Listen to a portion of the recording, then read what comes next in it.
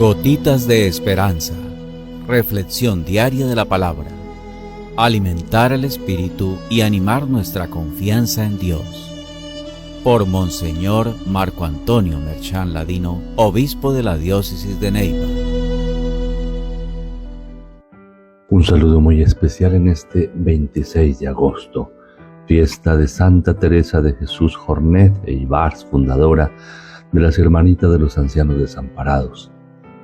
El texto del Evangelio de hoy contiene algunas descalificaciones de Jesús contra los fariseos por su incoherencia, ya que no hacen lo que dicen. ¡Ay de vosotros!, les dice Jesús. La palabra ay expresa no una amenaza, sino el dolor de quien habla por el mal de quien lo escucha.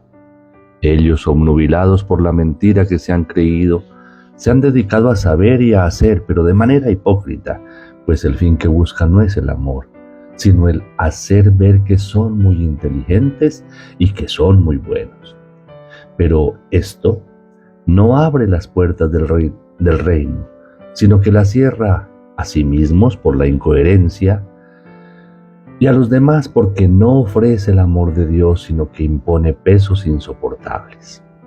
Las acusaciones de Jesús son muy directas. Les dice: no entran en el reino ni dejan entrar a los demás, porque no quieren reconocer al que es la puerta, Jesús, y atosigan al pueblo con interpretaciones rigoristas para mantenerlo subyugado a sus intereses, con el pretexto de oraciones. Devoran los bienes de las viudas, abusando de la buena fe de las personas. Hacen proselitismo, pero cuando encuentran a una persona dispuesta, no la convierten a Dios, sino a sus propios opiniones e intereses. Caen en una casuística inútil, por ejemplo, sobre los juramentos, perdiendo el tiempo y angustiando a los fieles con cosas que no tienen importancia. Son, en definitiva, guías ciegos y necios, por lo que mal conducirán al pueblo, pues ni siquiera ellos mismos van por la recta vía. El Señor, con los hermanos pequeños, los débiles, los pecadores, se mostró siempre lleno de misericordia y nunca fue duro con ellos. ¿Por qué? Pues porque no tienen la culpa, al contrario, son víctimas de la manipulación de quienes los guían ciegamente por un camino distinto al verdadero camino que es Jesús y su Evangelio. En cambio, sí fue muy duro con los que son o deberían ser guías del pueblo o constituidos en autoridad. Para con ellos su sentencia siempre fue y será más severa. Esto, si somos conscientes, toca directamente con nosotros, los que tenemos alguna responsabilidad en la vida de la familia o en el campo de la educación o de la comunidad eclesial. Nosotros tenemos mayor obligación de dar ejemplo a los demás, de no llevar una doble vida entre lo que enseñamos y lo que luego hacemos, de no ser exigentes con los demás y tolerantes con nosotros mismos, aquello que llamamos la ley del embudo, de no ser como los hipócritas que presentan por fuera una fachada, pero por dentro son otra cosa. Las acusaciones de Jesús nos las hemos de aplicar a nosotros, porque dentro de cada uno puede esconderse un pequeño o un grande fariseo.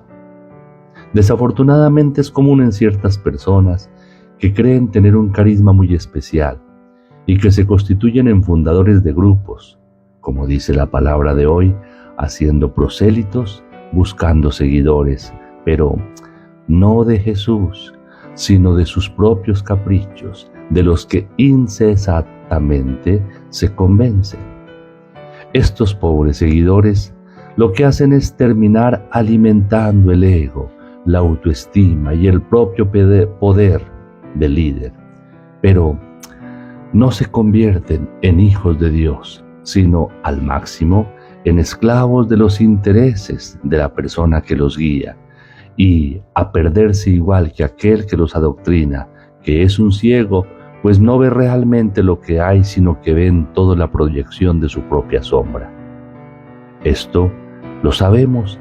Lo único que logra es masificar a las personas, haciéndolas dependientes, fanáticas e incluso peligrosas. Desde esta óptica todo se convierte en un fetiche. El oro vale más que el templo. La ofrenda vale más que el altar. Y toda palabra, incluso aquella más sagrada como el juramento, pierde su valor, cayendo en el legalismo exagerado, por las cosas mínimas, pero pasando por encima, en cambio, lo más importante como la justicia, la misericordia y la fidelidad. Vale la pena preguntarnos qué actitudes farisaicas descubro en mí. Repasemos la lista y respondamos sinceramente si se nos podría tildar de guías ciegos y necios, si buscamos prosélitos para vanidad nuestra más que para bien de los demás o para gloria de Dios, si perdemos el tiempo en inútiles discusiones de palabras, si hemos matado el espíritu con una casuística exagerada. Un examen de conciencia que vale la pena que hoy hagamos en nuestra oración. El Señor esté con ustedes, y la bendición de Dios Todopoderoso, Padre, Hijo y Espíritu Santo, descienda sobre ustedes y los acompañe siempre. Amén. Un feliz día para todos.